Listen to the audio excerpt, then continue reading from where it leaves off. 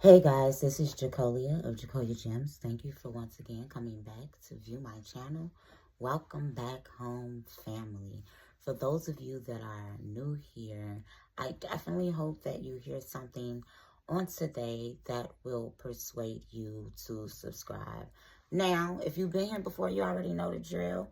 Comment down below, like this, share this to your social media platforms, to your text messages, to your group chats, everything, okay? So let's get straight into today's video. This is a topic that I have talked about before, but I am going to go a little more in depth. And the reason why I'm not sitting down on my computer with my camera with slideshows is because I have noticed that majority of my audience do not engage on those in-depth videos. And I have to drop these little short videos to get this information out and dispense it the best way that my audience begins to take them in. The nerd in me, though, y'all, I want to sit down. I want to do some slideshows. I want to do some couple hour long videos and do some in-depth teachings. However, I want to talk about Christopher Columbus on today. And many of you already know where I am going with this. If you do not, buckle up.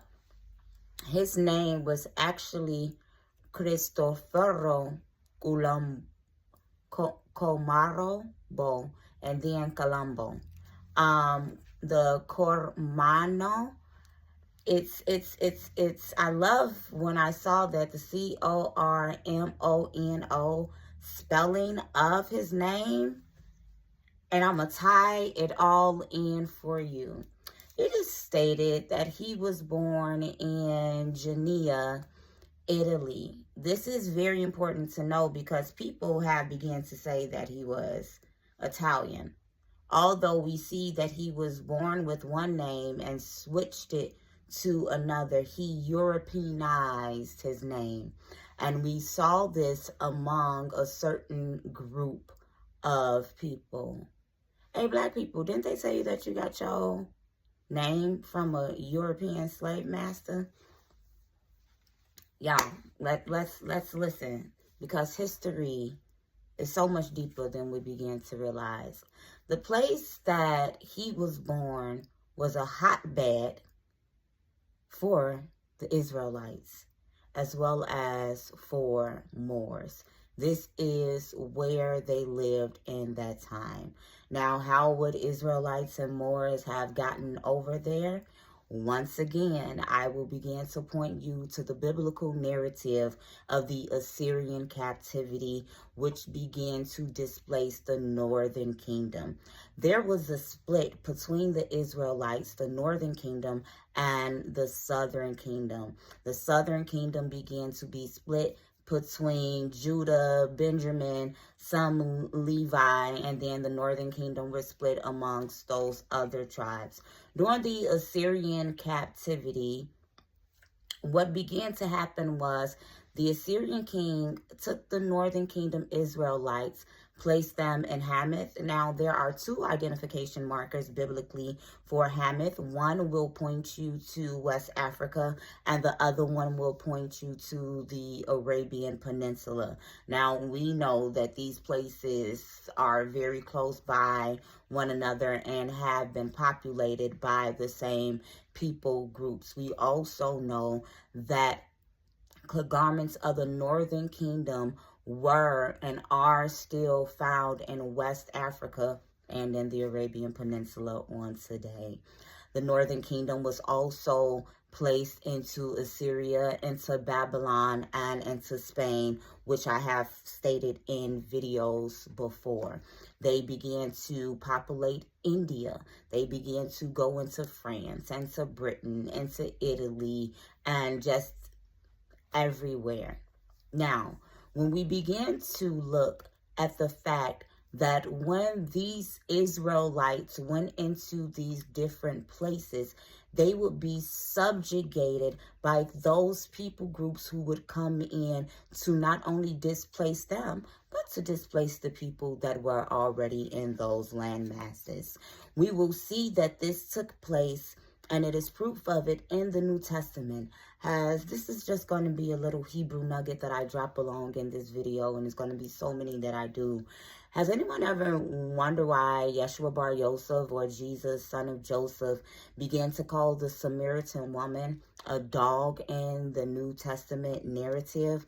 This has to do everything with the Assyrian captivity, because the Samaritans were actually Assyrian Babylonians who displaced the northern kingdom. The northern kingdom are seen making a pilgrimage back into Jerusalem during the 3 feasts where they were required to bring their offering. We see this in Acts, the 2nd chapter, which is another Hebrew nugget identification marker for the pilgrims being Sephardic Jews. Let's continue talking about Christopher Columbus. It is very important to know that his diary was written in Hebrew. It is also very important to know that after the expulsion of the Jews in 1492, he made 4 voyages into the Americas. He did not make these voyages alone. Actually, let me drop something on you. Much like a Hebrew predecessor by the name of Abram, whom began to go into West Africa with Sennacherib the first in ancient Egypt and go on expeditions. Guess who was also found to go on expeditions in the 1400s before the expulsion of the Jews from Spain? You guessed it, yours truly, Christopher Columbus. And guess who happened to have set up their land in Ghana at that time? The Portuguese. It is a known fact that the Portuguese were Sephardic Jews, and they were actually described as being the blacker or the darker of the Sephardim in comparison to the swarthy ones of France, of Ireland, and the ones of German were actually described as being red, which is where you get your Ashkenazim. It is also a known fact that only new Christians, meaning Jews who were newly converted to Catholicism, were allowed to go on expeditions into the New World. It is also a known fact that they were instructed by the Israelite leaders to pretend to be converted to Islam or Catholicism throughout these times and privately keep the laws, statutes, and commandments of Yod Heh Waveh. It is also a known historical fact that these same Israelites were able to be reclassified as European and mulatto or black based on their choosing or the census takers throughout that time.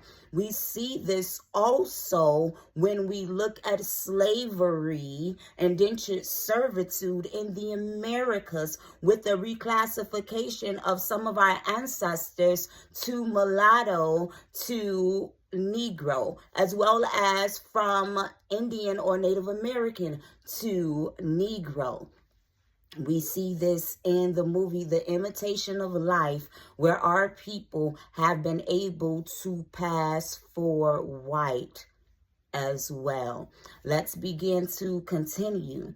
And so it is very important to know that Christopher Columbus, this Italian, was a Sephardic Jew, and you wonder why in these movies that Spike Lee begins to create, these Sicilians are always called Negroes. They're always called black. They're always treated different than the other Italians.